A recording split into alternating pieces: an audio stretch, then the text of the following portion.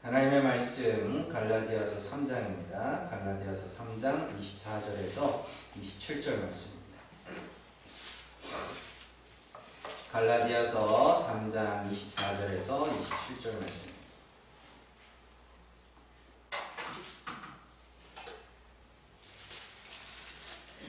갈라디아서 3장 24절에서 27절 말씀입니다.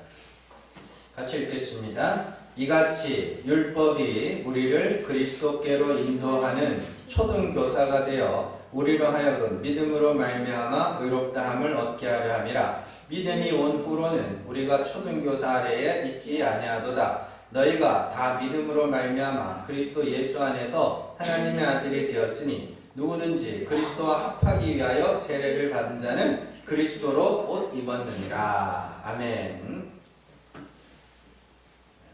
말씀 나누겠습니다. 갈라디아서 33번째 시간입니다. 영리로 쓰던 것을 순리로 쓰기입니다. 사도 바울은 모든 성경이 하나님의 영감, 하나님의 감동에 의하여 쓰여졌다고 기록하고 있습니다. 하나님의 영감에 의하여 혹은 하나님의 감동하심에 의하여 성경이 기록되었다는 것은 성경의 제1저자가 하나님이라는 뜻입니다.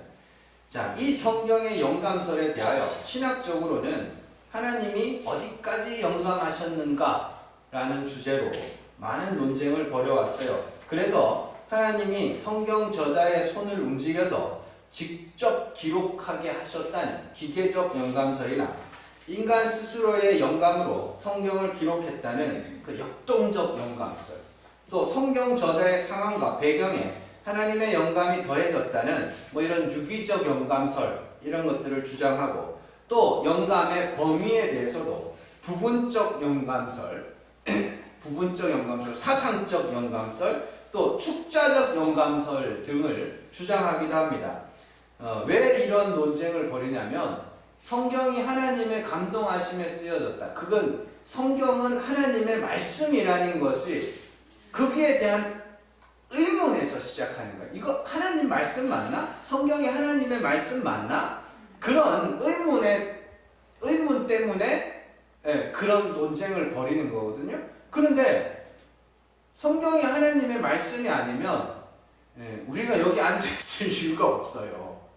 진짜 당연히 이 성경은 하나님의 말씀이라는 기본에서 출발해야 되고, 그래서 우리가 이 성경이 하나님의 말씀이라는 그런 확실한 믿음을 갖고 있으면 그런 이제 영감설에 대한 그런 것들은 이제 하등 우리에게는 별로 중요한 주제가 아닌 것이 되는 것이죠. 그러니까 이건 사실은 신학자들끼리 그냥 자기들끼리 하는 거예요.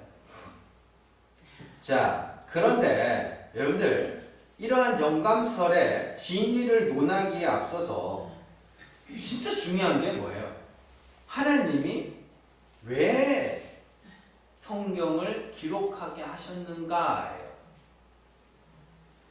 중요한 것은 왜 성경을 기록하셨는가이지, 무엇으로 어떻게 썼는가가 중요한 게 아닙니다. 편지를 쓰는데 연필로 쓰는가, 또 볼펜으로 쓰는가, 만년필로 쓰는가, 컴퓨터 워드로 치든가, 이런 것들은 하나도 중요한 게 아니에요. 진짜 중요한 거는 왜 썼는가예요. 뭔 말인지 아시겠어요? 그러니까 이런 이런 것들을 설교 시간에 할 그것도 잘 없지만, 할 기회도 잘 없지만, 정말 중요한 거는 하나님이 어떻게 영감하셨는가, 누구를 통해서 어떻게 영감하셨는가가 중요한 게 아니고 왜 영감하셨는가예요. 왜? 여러분들 혹시 자녀들이나 형제들이나 남편들, 아내들에게나 성도들에게나 혹은 다른 사람들에게 편지를 써본 적이 있으세요? 편지? 써본 적 있으세요? 써본 적이 편지하면 또 생각나는 일이 있어가지고 그런데 어쨌든 그러면은 그 편지를 왜 쓴 거예요? 그게 진짜 중요한 거 아니에요? 쓰는 이유가 뭐냐는 거예요. 사람들의 편지의 내용에는 제일 중요한 게 하나 들어있어요. 뭐냐면 내가 누구이며 내가 지금 어떤 생각을 하고 있으며 내가 지금 어떤 감정인지를 담고 있어요. 그걸 한마디로 요약하면 편지는 뭐에 대해서? 지금 나에 대해서 기록하고 있는 거예요. 그죠? 사랑하는 연인들 사이에 편지라는 것을 주고받을 때 뭘 써요? 내가 너를 얼마나 보고 싶고 얼마나 좋아하는지에 대해서 그렇게 쓰잖아요. 그죠? 그러니까요. 그건 역시 나에 대하여 상대방에게 기록하여 남겨주는 것이죠. 하나님의 영감. 하나님이 인간 저자들을 통하여 성경을 기록하게 하신 것은 이런 개념으로 접근해야 돼요. 하나님이 도대체 왜 성경을 기록하게 하셨지? 이렇게. 어떤 방식, 어떤 범위를 논하는 것은 성경이 하나님의 말씀임을 믿는 자들에게 있어서는 마치 성경책의 표면이 가죽이냐 비닐이냐 또 성경의 재질이 뭐 종이냐 파피루스냐 가죽이냐 이런 것들을 논하는 그런 정도밖에 안 된단 말이에요. 진짜 중요한 거는 그 안에 뭐가 적혀 있으며 그게 왜 하나님께서 그걸 적어 놓으셨는가라는 것이죠. 자, 히브리서로 한번 가보세요. 히브리서 1장 1절에서 2절. 히브리서 1장 1절에서 2절 말씀.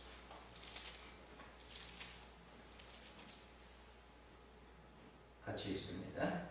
옛적에 선지자들을 통하여 여러 부분과 여러 모양으로 우리 조상들에게 말씀하신 하나님이 이 모든 날 마지막에는 아들을 통하여 우리에게 말씀하셨으니 이 아들을 만유의 상속자로 세우시고 또 그로 말미암아 모든 세계를 지으셨느니라. 아멘. 잘 보세요. 여기에서 중요한 게 뭐냐면 하나님이 말씀하셨다. 하나님이 말씀하셨다라는 이 표현에는 아주 중요한 의미가 들어있는데 그것은 하나님이 스스로를 우리에게 나타내셨다. 뭔 말인지 아시겠어요?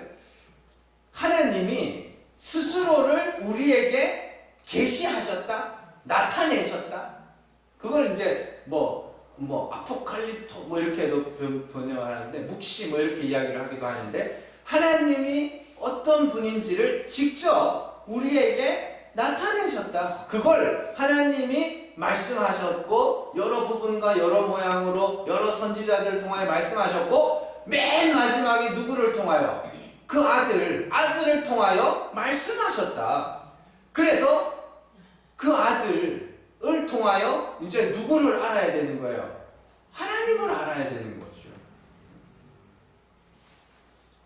이 부분을 사도 바울이 어떻게 표현하는지 조금 더 자세하게 설명하고 있습니다. 고린도후서 4장으로 한번 가보세요. 고린도후서 4장 4절에서 6절 말씀입니다. 고린도후서 4장 4절에서 6절 말씀. 자, 같이 읽습니다. 그 중에 이 세상의 신이 믿지 아니하는 자들의 마음을 혼미하게 하여 그리스도의 영광의 복음의 광채가 비치지 못하게 함이니 그리스도는 하나님의 형상이니라. 우리는 우리를 전파하는 것이 아니라 오직 그리스도 예수의 주되신 것과 또 예수를 위하여 우리가 너희의 종된 것을 전파함이라. 어두운 데에 빛이 비치라 말씀하셨던 그 하나님께서 예수 그리스도의 얼굴에 있는 하나님의 영광을 아는 빛을 우리 마음에 비추셨느니라. 이렇게 돼 있어요. 여기 보시면 4절에 영광의 복음의 광채 있죠? 이게 빛입니다. 빛. 그 빛이 우리에게 비쳤다 그래요. 이게 뭔 말이냐면 4절에서 그리스도의 영광의 복음의 빛이 비치지 못하게 하는 것이 있는데 그걸 뭐라 그래요? 그 중에 이 세상의 신이 믿지 아니하는 자들의 마음을 혼미하게 하여 그리스도의 영광의 복음의 빛이 비치지 못하게 한다 그래요. 이게 뭔 말이에요, 이게? 여러분들, 이 세상에 하나님 외에 다른 신이 있어요? 없어요. 없어요. 그러면 이 세상의 신은 뭐겠어요? 예? 사람들이 상상하고 미루어 짐작한 그 인간들이 만들어낸 신. 하나님, 신 이러면 인간들이 딱 떠오르는 게 있다고요. 보편적으로. 거의 대부분 그렇게 생각하거든요. 근데 그 신이 복음의 빛이 비치는 것을 방해한다 그래요. 그렇죠? 지금 그 이야기 하는 거잖아요. 사람들의 마음을 혼미하게 하여서 그 복음의 빛이 비치지 못하게 하는데, 그 3절 보시면 만일 우리의 복음이 가리었으면 망하는 자들에게 가려진 것이라. 그러면 망하는 자들은 그 잘못된 하나님, 오해된 하나님의 지식으로 말미암아 그 복음의 빛을 받지 못하여 망한다는 소리죠.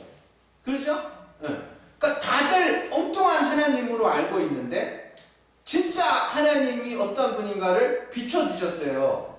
근데 그 엉뚱한 하나님을 아는 지식 때문에 그 빛이 가려지는 거죠. 그러나 우리에게는 16절이죠. 그러나 우리에게는 그 빛이 비쳤네, 이렇게 이야기하는 거죠. 그렇죠? 그러니까 그 빛이 비쳤다는 것 자체가 굉장히 좋은 거죠. 그런데 중요한 것은 한번 보세요. 4절 말씀 잘 보세요. 자, 예수 그리스도의 영광의 빛이 비치지 못하게 함이니, 자, 그리스도는 뭐라 그래요? 하나님의 형상이니라. 이게 뭔 말이에요? 그리스도는, 예수 그리스도는 보이지 않는 하나님이 보이는 모양으로 나타나서 그 하나님이 어떤 분인지를 눈에 보이는 것으로 설명하신 분이라는 뜻이에요. 무슨 말인지 아시겠어요? 그러니까 우리가 너무 예수 그리스도의 대속만을 강조해서 그렇지, 예수 그리스도의 아주 중요한 사역 중에 하나가 그 하나님이 어떤 하나님인가를 우리에게 보여주신 거예요. 그래서 표적으로, 그죠? 기적으로 보여주신 거예요. 말씀으로 그 하나님이 어떤 분인지 보여주신 거예요. 그리고 마지막에 십자가와 부활을 통하여 봤지? 이렇게 보여주신 거예요. 그런데 우리가 보고도 못 믿어. 그러니까 하나님이 어떻게 해요? 직접 뚫고 들어와서 비춰주신 거예요. 그걸 6절에서 어두운 가운데 빛이 빛이라 말씀하셨던 그 하나님께서 예수 그리스도의 얼굴에 있는, 예수 그리스도의 얼굴이 뭐예요? 얼굴은 뭐라 그랬어요? 보이지 않는 것이 이렇게 나타난 것을 얼굴이라고 그랬죠. 그 파님 뭐 이렇게 했는데, 그 나타난 예수 그리스도께서 얼굴에 있는 나타내신 하나님의 영광을 아는 빛. 영광은 뭐야? 그 하나님이 어떠한 분인지를 아는 거, 그 지식, 그 빛을 우리에게 비춰주셨다. 그러면 그 예수님이 비춰주신 빛이 뭐예요? 그 예수님이 나타내신 그 하나님이 어떤 하나님이었어요? 요한복음 1장 18절 은혜와 진리의 하나님이다. 그렇죠? 근데 보통 인간들이 생각하는 하나님은 어떤 하나님이에요? 율법의 하나님이죠.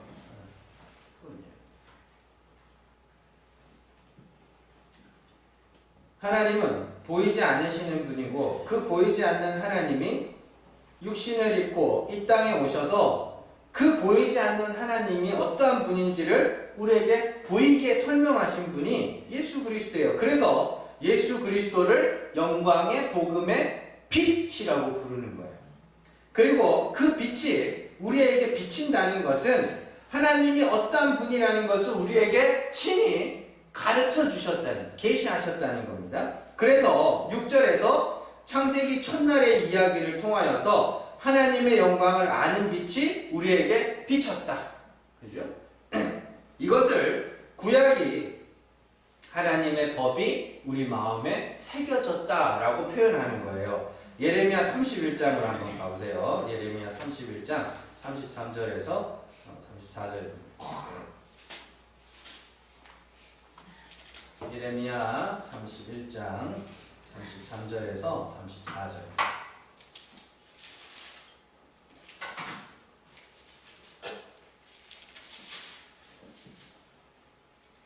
자, 33절에서 33절 같이 읽습니다. 그러나 그날 후에 내가 이스라엘 집과 맺을 언약은 이러하니 곧 내가 나의 법을 그들의 속에 두며 그들의 마음에 기록하여 나는 그들의 하나님이 되고 그들은 내 백성이 될 것이라 여호와의 말씀이니라. 그들이 다시는 각기 이웃과 형제를 가르쳐 이르기를 너는 여호와를 알라 하지 아니하리니 이는 작은 자로부터 큰 자까지 다 나를 알기 때문이라. 내가 그들의 악행을 사하고 다시는 그 죄를 기억하지 아니하리라 여호와의 말씀이니라. 이게 뭐냐면 하나님의 법이 하나님의 말씀이 우리 마음 가운데 새겨지면, 다른 말로 예수 그리스도가 나타내신 하나님의 영광을 아는 빛이 우리에게 비춰지면 다 하나님이 어떠한 분인지를 알게 되는데, 그럼 어떻게 된다 그래요? 죄사함을 받게 된다 그래요. 죄사함을 받는다는 건 그 빛에 의하여 우리가 뭘로 고발된다는 소리예요? 죄인으로 고발되고 그로 말미암아 죄사함을 받게 될 거라는 이야기예요. 그게 새 언약이에요.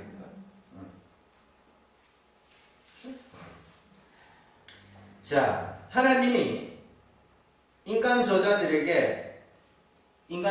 감동하셔서 성경을 기록하신 것은 결국에 하나님이 우리에게 어떠한 분인가를 나타내기 위함이고, 그것을 복음의 빛, 여호와를 아는 빛이 우리에게 비쳤다라고 이야기를 하는 거예요. 그래서 그러나 모든 인간의 마음속에는 엉뚱한 하나님, 오해된 하나님이에요. 오해된 하나님을 아는 지식이 가득 차 있는데, 그 상태를 영광의 복음의 빛이 가리워진 상태라고 이야기를 하는 거예요. 그렇게 가리워져서 그 빛을 받지 못하면 절대 구원에 이르지 못한다는 거예요. 반대로 구원에 이르게 될 자들은 그 빛을 통하여 하나님이 어떠한 분인지를 알아 그분에게 죄사함을 받아야 하는 자로 서게 될 것이야. 그러니까 너무 간단한 거예요. 죄사함을 받으리라. 그건 뭐냐면 죄사함 받을 자들을 뭐라고 불러요? 죄인이라고 부르잖아요. 너무 간단한 거예요. 자,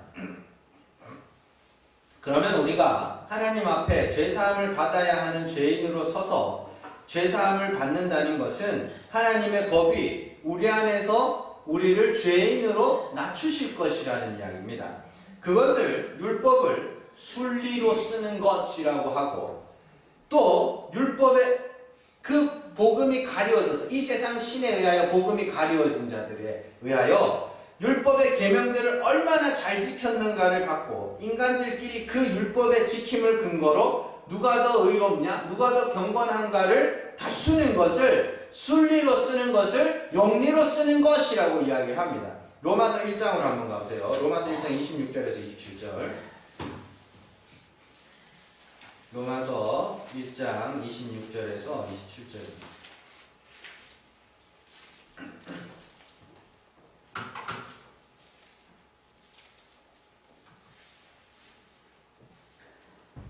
같이 읽습니다. 이 때문에 하나님께서 그들을 부끄러운 욕심에 내버려 두셨으니 곧 그들의 여자들도 순리대로 쓸 것을 바꾸어 영리로 쓰며 그와 같이 남자들도 순리대로 여자 쓰기를 버리고 서로 향하여 음욕이 부릴 듯하며 남자가 남자와 더불어 부끄러운 일을 행하여 그들의 그릇 때문에 상당한 보응을 그들 자신이 받았느니라. 아멘. 이게 뭐냐면요, 진리를 알지 못하는 자들, 그 참 하나님을 알지 못하는 자들에게 나타나는 현상 중에 하나가 순리로 쓸 것을 영리로 쓰는 거라는 거예요. 그리고 거기에 남자가 남자를, 여자가 여자를 보면서 막 그런 동성애의 이야기가 나오는 건 순리로 쓸 것을 영리로 쓰는 것의 제일 대표적인 게 뭐예요? 동성애이기 때문이에요. 남자와 여자가 둘이 하나를 이루어라고 하나님이 남자와 여자로 만들어뒀더니 이게 누구한테 붙어 먹어야 될지 몰라가지고 순리로 쓸 것을 막 영리로 쓰는 것이 제일 대표적인 것으로 예를 들어서 동성애 이야기가 거기 나오는 거란 말입니다. 뭔 말인지 아시겠어요? 그러니까 그런 상태의 인간들에게 하여튼 뭘 줬다 그러면 뭐예요? 무조건 거꾸로 쓰는 거예요. 무조건 거꾸로 쓰는 거예요.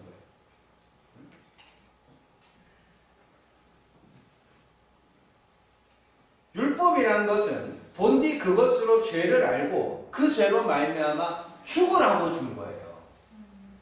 죽는다는 게 뭐예요? 나의 불가능함, 나의 불의함을 뼛속까지 죄인인 나를 인정하는 것. 그래서 누군가가 나를 긍휼히 여겨서 불쌍히 여겨주시지 않으면 나는 죽을 수밖에 없는 자라는 사실을 인정하는 것. 그게 죽는 거거든요. 율법이라는 건 본래 그런 용도로 주셨다는 거예요. 그런데 그걸 자꾸만 영리로 쓰는 거예요. 영리로 써서 율법을 얼마나 잘 지켰는가를 갖고 누가 더 경건한가, 누가 더 큰 자인가, 누가 더 거룩한 자인가, 그런 다툼을 벌이고 있는 거라는 거예요. 그게 진리를 알지 못하는 자들의 모습이라니까요.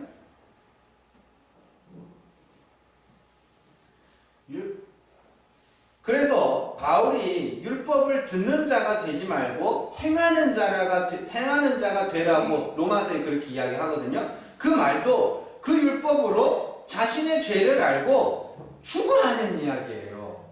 그게 율법을 행하는 거고, 율법을 듣는 자가 되는 것은 그걸 그냥 듣고 어떻게 해요?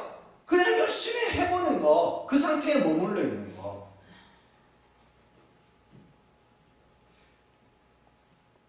그게 율법을 순리로 쓰는 거예요. 율법으로 죄를 알고 그 죄로 말미암아 내가 죽은 자임을 고백하는 것이 율법을 순리로 쓰는 거고, 율법을 열심히 지켜서 그것으로 내 의를 차곡차곡 쌓아가는 걸 영리로 쓰는 거라 그래요. 그래서 사도 바울이 율법을 깨닫지 못했을 때 자신이 어때요? 살았고 죄는 죽었는데, 율법을 깨닫고 나니까 죄가 살아서 그 죄로 말미암아 나를 죽였다 그러잖아요. 그게 율법을 순리로 쓰는 거라니까. 율법으로는 흠이 없는 자라고 자부했던 그 시절이 율법을 뭐하는 영리로 쓰고 있던 때라, 이렇게 이야기를 하는 거예요. 그래서 고린도후서 3장에서 모세의 직분을 정죄의 직분이라 하고 죽이는 거라 그래요. 고린도후서 3장으로 한번 가보세요. 3장 6절. 고린도후서 3장 6절입니다.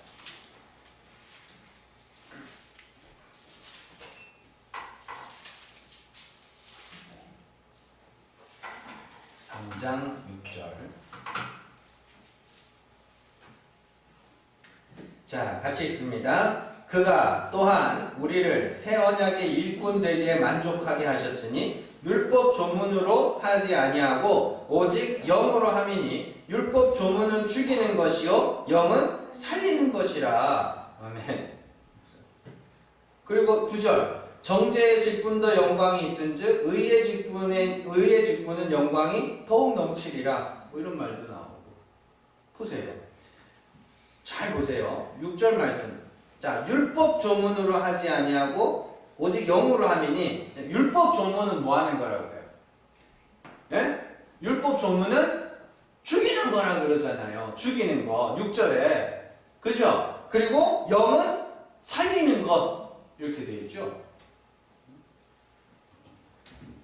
그러면은 이걸 잘 보면, 그러면 율법 조문에 그 모세의 직분, 모세로 말미암아 온 율법은 죽이는 거니까 그 나쁜 거네? 아니요. 좋은 거예요. 그렇게 죽어야 돼요. 그리고 영은 뭐라 그래요? 살리는 거라 그러잖아요. 살린다는 게 뭐예요? 죽어야 살릴 거 아니에요. 살아있는 자를 뭘 살려요? 그렇잖아요. 정죄의 직분, 율법으로 말미암아 죽어야 돼요. 반드시 죽어야 돼요. 정죄당하여 죽어야 돼요. 그리고 그 죽은 자가 뭐예요? 영에 의해, 그리스도에 의하여 살아나는 거예요. 그렇게. 그래야 구원에 이른다고요. 그러니까 죽이는 거라 그러면 무조건 나쁜 거라 그러는데 반드시 죽어야 돼요. 정죄당하여 죽어야 돼요. 그게 모세의 직분이 충실하게 수행된 거고, 그렇죠? 그렇게 죽어야 그리스도로 말미암아 살아날 거 아닙니까? 그걸 부활이라 그러잖아요. 야고보도 마찬가지입니다. 야고보가 율법을 거울에 비유한 것도 그것이, 율법이라는 거울이 우리를 죄인이며 불의하며 죽은 자임을 어떻게 해요?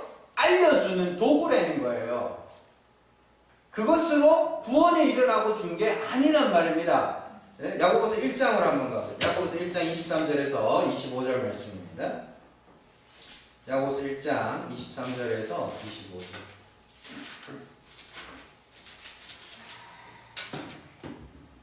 1장 23절에서 25절. 자, 같이 읽습니다. 누구든지 말씀을 듣고 행하지 아니하면 그는 거울로 자기의 생긴 얼굴을 보는 사람과 같아서 제 자신을 보고 가서 그 모습이 어떠했는지를 곧 잊어버리거니와 자유롭게 하는 온전한 율법을 들여다보고 있는 자는 듣고 잊어버리는 자가 아니요 실천하는 자니 이 사람은 그 행하는 일에 복을 받으리라. 이렇게 되어 있죠. 잘 보시면 말씀을 듣고 행하지 않는 자가 어떤 자냐면 거울로, 율법입니다. 거울로 자기의 생긴 얼굴을 보고 어떻게 하는 자? 잊어버리는 자. 그런데 자유하게 하는 온전한 율법을 들여다보고 있는 자는 잊어버리는 자가 아니고 행하는 자라 되어 있는데, 그러면 행하지 않는 게 잊어버리는 거니까 행하는 거는 뭐예요? 안 잊어버리는 거예요. 지금 잘 보셔야 돼요. 그러니까 율법을 통하여 내가 죽은 자임을 확인했어요. 멀쩡하게 살아있는 줄 알고 있다가 어느 날 거울을 봤더니 이거 강시네. 네? 그걸 봤어요. 그런데 어떤 이들은 그걸 어떻게 한다 그래요? 잊어버린다. 그런데 잘 보시면 자유하게 하는 온전한 율법이라 그러죠. 여러분들 자유하게 하는 온전한 율법, 그리고 그 자유의 율법을 행하지 않으면 그는 절대 믿음은 죽은 믿음이라 그러죠. 그 자유하게 하는 율법이 뭐냐면 순리대로 쓰는 율법이에요. 우리를 죽이는 율법. 그러니까 사도 바울이 자유에 대해서 설명하면서 하갈과 사라의 이야기를 들죠. 그러면서 사라를 뭐라 그래요? 자유자라고 부릅니다. 하갈은 종이라고 부르고. 그런데 하갈은 자기의 아브라함의 씨로 말미암아 자기가 낳은 열매가 있어요, 없어요? 있잖아요. 그러니까 율법 아래에서 열심히 율법을 지켜 난 이거 했어요 하는 그 상태, 그게 하갈, 그게 종이라니까요. 그런데 자유자가 어떤 자라 그래요? 상고를 상고를 알지 못하고 잉태치 못한 자. 자기가 열매가 없음을 아는 거. 그게 죽은 거라니까요. 그걸 자유자라 그래요. 그러면 자유하게 하는 율법이 뭐예요? 우리를 죽이는 율법이라니까요. 그래서 우리가 죽어서 하나님, 나는 하나님이 불쌍히 여겨주지 않으면 절대 구원에 이룰 수 없는, 나는 예수의 십자가가 아니면 내 힘으로는 절대 요만큼도 구원에 버틸 수 없는 그런 죽은 자입니다. 그게 자유의 율법이라니까요. 그 행위가 없으면, 내가 죽은 자라는 그 행위가 없으면 그건 믿음 아니야 라는 이야기예요. 쉽게 말해서 내가 죄사함 받아야 하는 죄인이라는 걸 모르면 그 사람 몇 수십 년 교회 다녀도 헛거라는 거예요. 그러면 성경이 다른 이야기를 할 리가 없어요.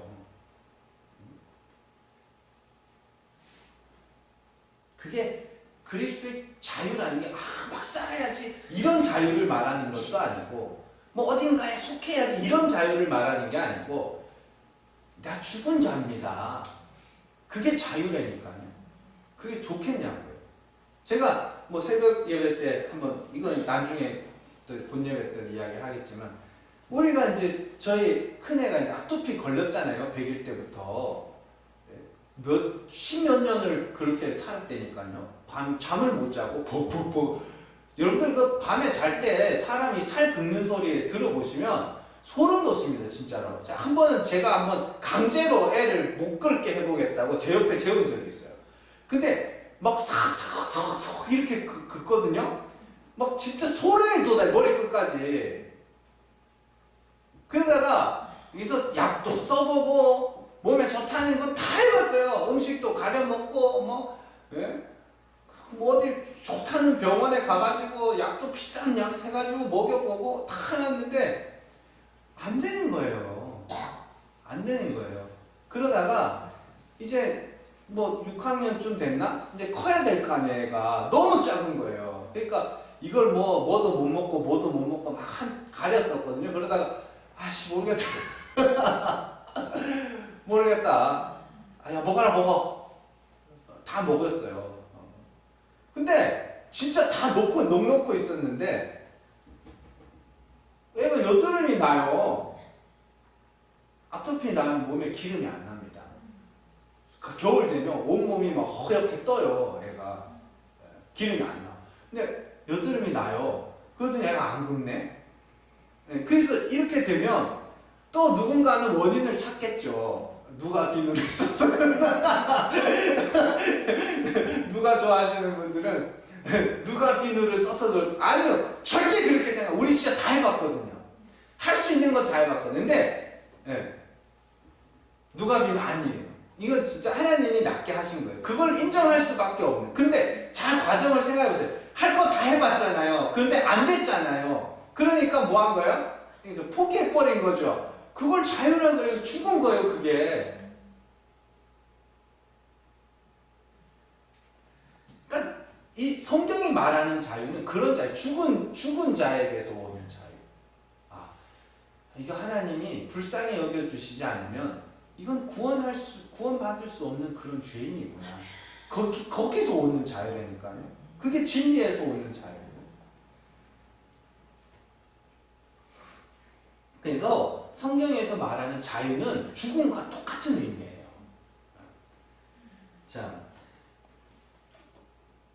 그래서 그렇게 내가 죄인임을 알게 하는 그 율법이 그 사람을 복받게 하는, 복이 뭐예요? 하나님의 아들이 되는 복입니다. 하나님의 아들이 되는 복받게 하는 율법이다. 이렇게 불러요.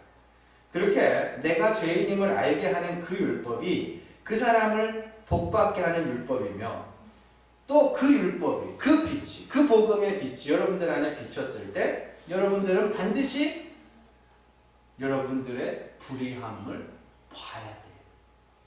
반드시 봐야 돼요.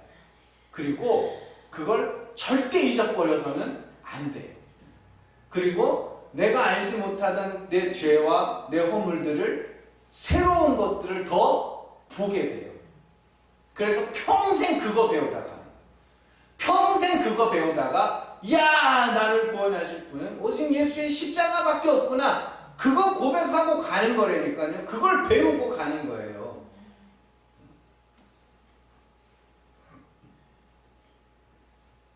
그게 그 과정에 있는 여러분들이 산자고 하나님의 아들이 될 자들이에요. 그래서 반드시 그렇게 될 것이기 때문에 지금 아들이라고 부르는 것이고 성도라고 부르는 것이에요.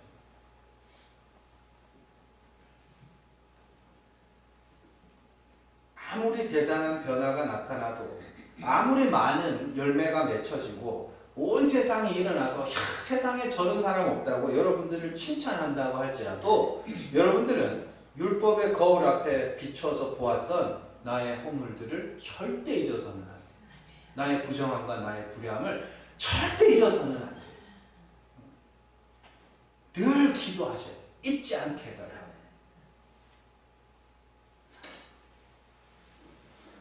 그리고 그 자리에서 나를 구원하실 분은, 이 죄를 사하실 분은 예수 그리스도밖에 없습니다. 나는 그리스도의 그 피로 말미암아 죄 사함을 받는 것이지 내가 어떻게 되는 게 아닙니다. 기억하셔야 돼요.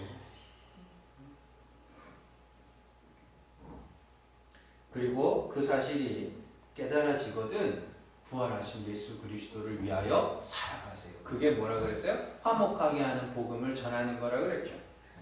열심히 복음 전하세요. 구제도 하고 봉사도 하고 여러 사람들 위로도 하고 도와주면서 사세요. 뭐 하기 위해서? 복음 전하기 위해서. 그런 것들이 목적이 아니라 복음을 전하는 것이 목적이에요. 그건 수단이고 방법이며 도구에 불과한 것입니다. 진짜 목적은 죽은 자를 살리시는 하나님을 전하는 거예요. 자, 오늘 말씀 잘 보세요. 오늘 말씀에서 바울은 율법이 우리를 그리스도께로 인도하는 초등교사라 그럽니다. 지금까지 바울은 율법을 굉장히 악한 것처럼 묘사를 하세요. 그죠? 2장 16절 보세요. 2장 16절.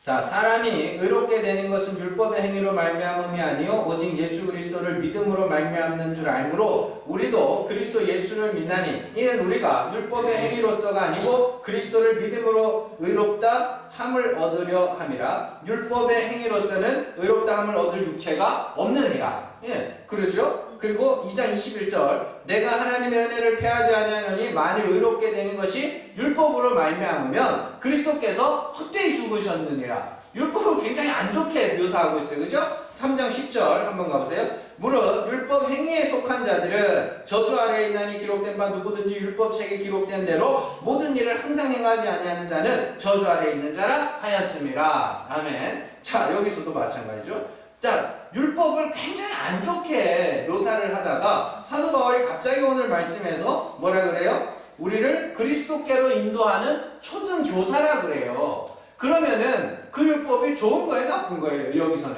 좋은 거죠.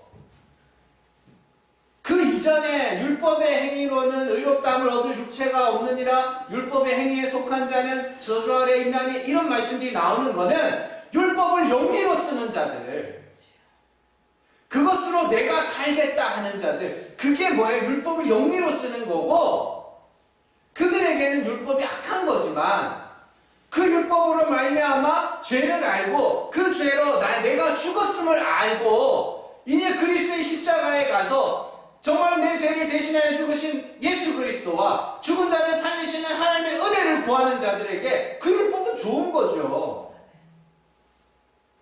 그게 순리로 쓰는 거예요. 자, 3장 21절하고 한번 비교해 볼게요. 3장 21절. 자, 같이 읽습니다. 그러면 율법이 하나님의 약속들과 반대되는 것이냐? 결코 그럴 수 없느니라. 만일 능히 살게 하는 율법을 주셨더라면 의가 반드시 율법으로 말미암았으리라. 그런데 어때요? 살게 하는 율법으로는 주지 않았다는 이야기는 그 율법은 뭐 하는 거? 고린도서 3장 죽게 하는 거. 근데 반드시 그 율법으로 말미암아 죽어야 돼요. 그 율법이 여러분들을 반드시 죄인으로 고발시켜내야 된다니까요. 그래야 그 율법이 여러분들을 누구에게로 인도해요? 그리스도께로 인도하는 초등교사죠. 그런 겁니다. 그 율법으로 말미암아 죽으면, 율법으로 내가 저주받아 죽을 죄인임을 알게 되면 그제서야 내가 예수 그리스도의 십자가로 인도되어져 가는 거예요. 율법에 대하여 죽었기 때문에 더 이상 율법과는 상관없는 자가 되는 것이죠. 그렇게 율법으로 말미암아 죽고 예수 그리스도를 믿게 되면 그들을 예수 그리스도 안에 있는 자라 하는 것이고, 그들을 하나님의 아들이 되는 하늘의 복을 받았다라고 이야기하는 것이고, 그걸 뭐라 그러냐면 그리스도와 함께 세례를 받았다라고 이야기하는 거고, 그들을 뭐라 그래요? 그리스도로 옷 입은 자라고 그래요. 예. 그러니까 결국에 성경이 여러분들에게 원하는 건 뭐다? 하나, 죽는 거. 죽어라. 네 죄로 말미암아 죽어라. 그러면 하나님이 다시 살린다. 근데 세상이 알고 있는 하나님은 이 세상의 신, 혼탁하게 사람들의 마음을 혼미하게 하여 복음의 빛을 가리고 있는 그 이 세상의 신은 어떤 신이에요? 인과응보의 신이죠. 한마디로 착하게 살면 복 주고 못되게 살면 벌 주고. 그래서 그들이 생각하는 천국도 이 땅에서 열심히 착하게 산 사람들이 가는 천국이라고 생각하죠. 그 천국은요, 이 땅에서 죽은 자들이 가는데, 이 땅에서 죽고 하나님으로 말미암아 산 자들이 가는 거예요. 그래서 그 천국에서 하나님 어때요? 야, 너 세상에서 정말 많은 것을 행하였구나. 네가 세상에서 많은 일들을 행하였구나. 그런 곳이 아니죠. 천국, 계시록에서 말하는 천국이 어떤 곳이에요? 모든 사람들이 모여서 뭐만 해요? 찬송해요. 하나님, 어떻게 내가 여기 와 있나요? 아니 어떻게 나 같은 죄인이 여기 와 있나요? 왜요? 죽었거든요, 이 땅에서. 그걸 회개라 하고 세례라 하고 할례라고 하잖아요.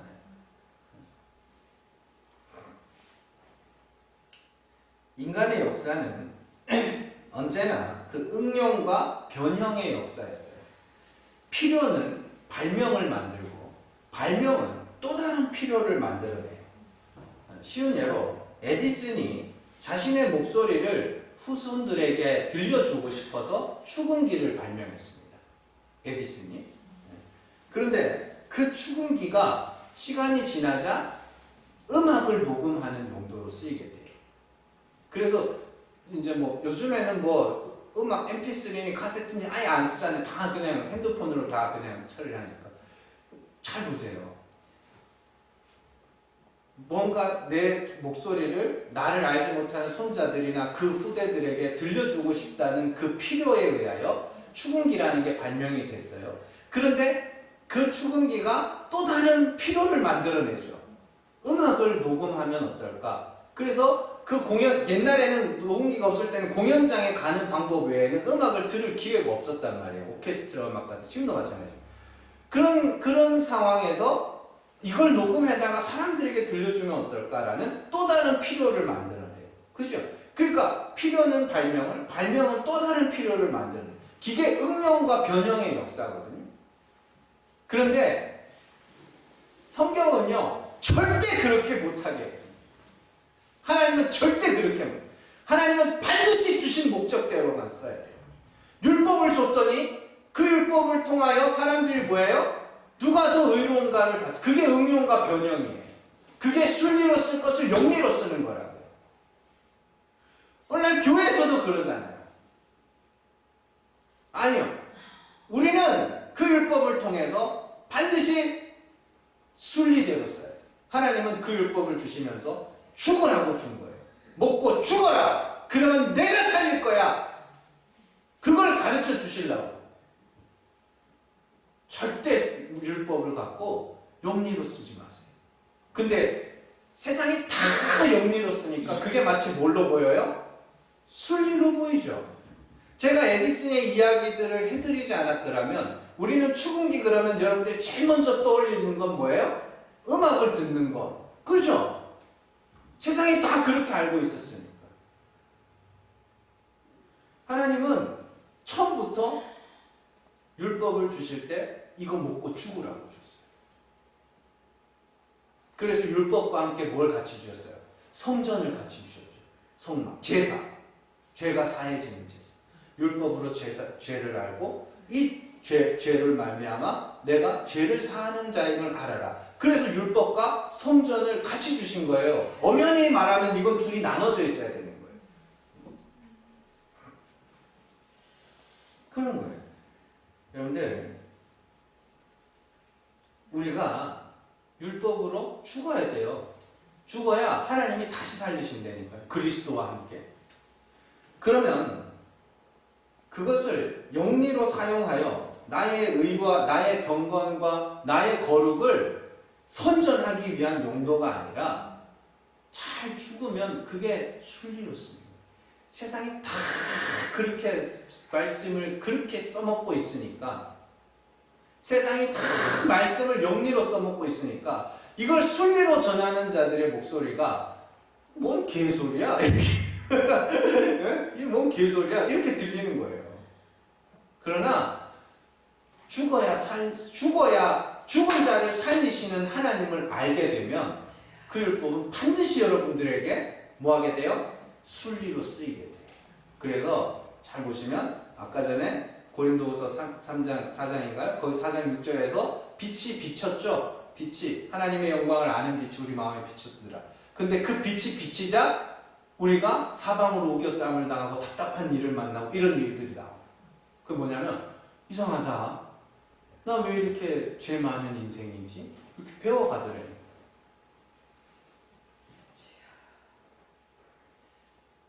네. 오늘날에는 수많은 법이 있습니다. 정말 셀 수 없을 만큼 많은 법들이 있어요. 근데 여러분들 그거 아세요? 법이라고 하는 건 언제나 죄에 뒤따릅니다. 경찰은 항시 도둑놈 뒤에 있죠? 경찰이 먼저 가는 경우는 잘 없습니다. 항시 도둑놈이 앞서가고 경찰은 뒤따라가요. 마찬가지입니다. 죄가 항상 앞서고 법이 뒤따라가요.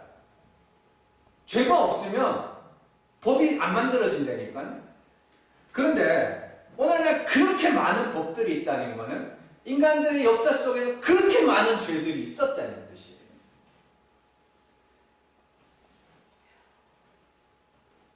동시에 그 많은 법들은 우리에게서 흘러나올 수 있는 모든 가능성에 대한 이야기이기도 합니다. 그 기록된 법들은 우리가 모든 사람들이 반드시 모든 사람, 우리 개개인에게서 얼마든지 나올 수 있는 죄들을 기록해 놓고 있는 것이기도 해요. 그러면 우리가 그 세상법을 통해서도 뭘 알아야 돼요? 내 죄를 알면 돼요. 그래서 그렇게 내가 죄인이구나. 이거는 내가 죄인이라 이건 진짜 하나님께서 불쌍히 여겨주시는 방법 외에는 이 구제받을 길이 없구나라는 것을 인정할 때 그걸 말씀을 순리로 썼다. 율법을 순리로 썼구나. 네가 율법을 행했구나 라고 이야기를 하는 거예요. 그래서 그 자리에서 그리스도의 십자가를 알면 믿으면 그걸 그리스도의 사랑을 받았다라고 이야기를 하는 것이고, 그리고 그렇게 그리스도와 함께 죽은 자들은 뭐예요? 하나님이 반드시 살리실 거예요. 잘 기억하시고 여러분들 순리로 쓰세요. 하나님이 주신 목적대로 쓰세요. 매일같이 죽으시고 매일같이 하나님이 살리실 소망 갖고 살아가는 저 여러분들 되시기를 주님의 이름으로 축원합니다. 기도하겠습니다.